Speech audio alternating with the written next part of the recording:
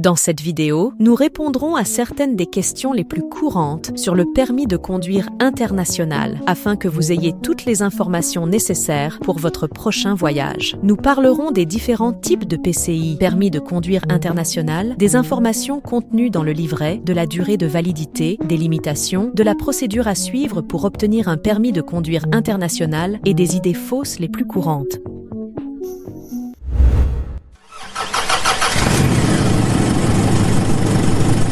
Qu'est-ce qu'un permis de conduire international? En termes simples, il s'agit d'une traduction des informations figurant sur votre permis en 10 langues ou plus, dont l'espagnol, le russe, le français, le chinois, l'allemand, l'arabe, l'italien, le suédois, portugais et l'anglais.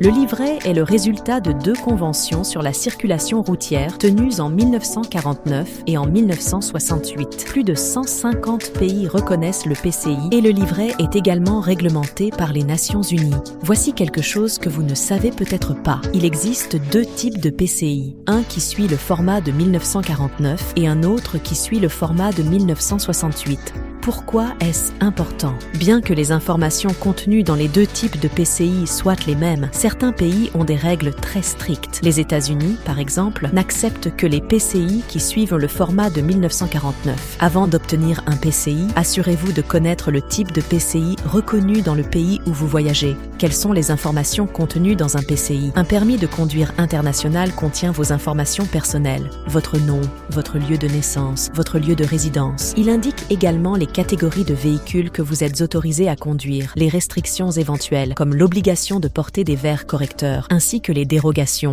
ou les pays dans lesquels le PCI n'est pas valable. Il précise également sa durée de validité, qui peut aller de 1 à 3 ans. Vous vous demandez peut-être, mon permis de conduire ne suffit-il pas? Dans certains pays, oui.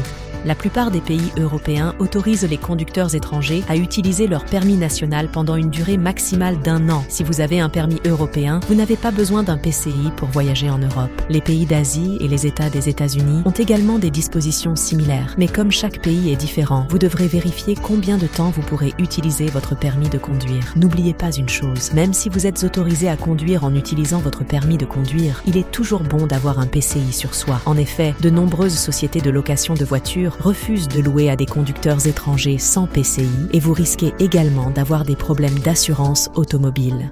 Si votre permis de conduire est rédigé dans un alphabet non romain, comme l'arabe ou le hindi, vous avez absolument besoin d'un PCI.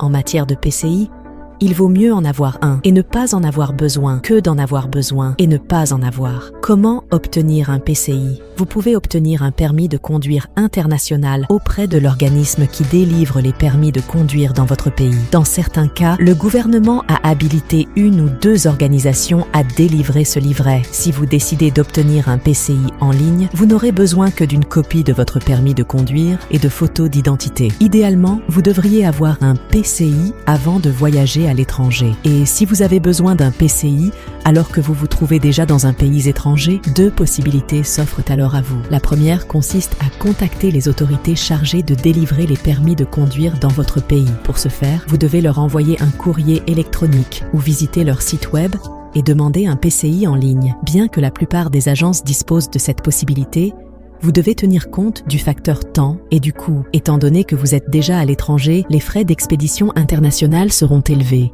et il faudra peut-être des jours, voire des semaines, pour que le livret vous parvienne. Deuxièmement, demandez un PCI par l'intermédiaire d'organisations tierces.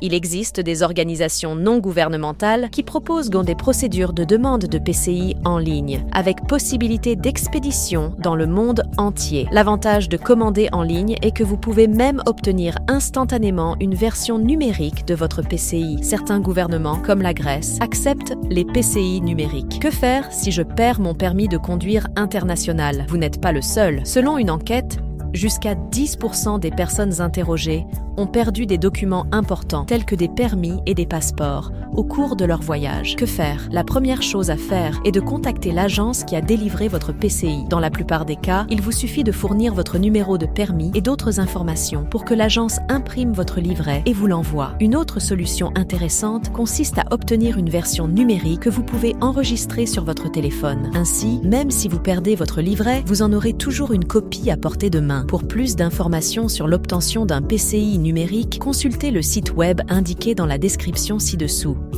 Si votre séjour est de courte durée et que vous n'avez pas le temps de traiter un PCI, vous pouvez décider de renoncer à conduire et utiliser plutôt les transports en commun ou embaucher un chauffeur. Maintenant que nous connaissons les faits concernant les PCI, parlons de quelques mythes. L'un des mythes les plus répandus est que le PCI est un document inutile. Certains prétendent qu'ils n'ont jamais eu besoin d'un PCI et supposent donc qu'il n'est pas nécessaire d'en avoir un. Voici la vérité. Le permis de conduire international est le résultat d'accords conclus entre plus de 150 pays dans le cadre de conventions internationales sur la circulation routière. Ces conventions définissent des lignes directrices concernant le PCI, sa validité, son format, les qualifications du conducteur et les restrictions. Le PCI est un véritable livret reconnu dans le monde entier. Une autre idée fausse est qu'un PCI vous donne des privilèges supplémentaires lorsque vous conduisez à l'étranger. Gardez à l'esprit qu'un PCI ne fait que traduire les informations figurant sur votre permis. Il ne change rien. En fait, si votre permis est révoqué ou suspendu,